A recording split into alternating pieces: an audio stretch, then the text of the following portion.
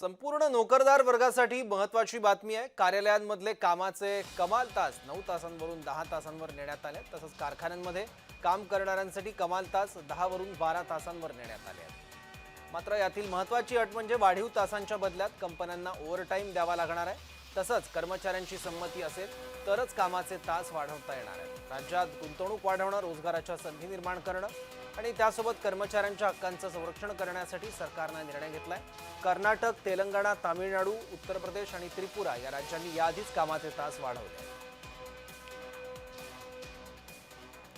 याबाबत जितेंद्र आव्हाड काय म्हणाले पाहूया।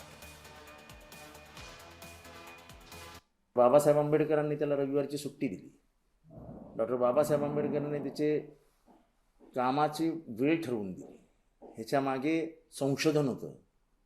माणूस काम करू शकतो तो किती करू शकतो, त्याला थकवा येतो तो किती येतो, याचा काही एक विचार न करता थेट त्याच्याकडनं 12-12, 13-13 तासाचा अपेक्षा करायची कामाची। हा म्हणजे एखाद्या म्हणजे प्राणी पण म्हणता येणार नाही, प्राण्यालाही जीव असतो, पण ह्या म्हणजे अमानवी दृष्टिकोन आहे या सरकारचा।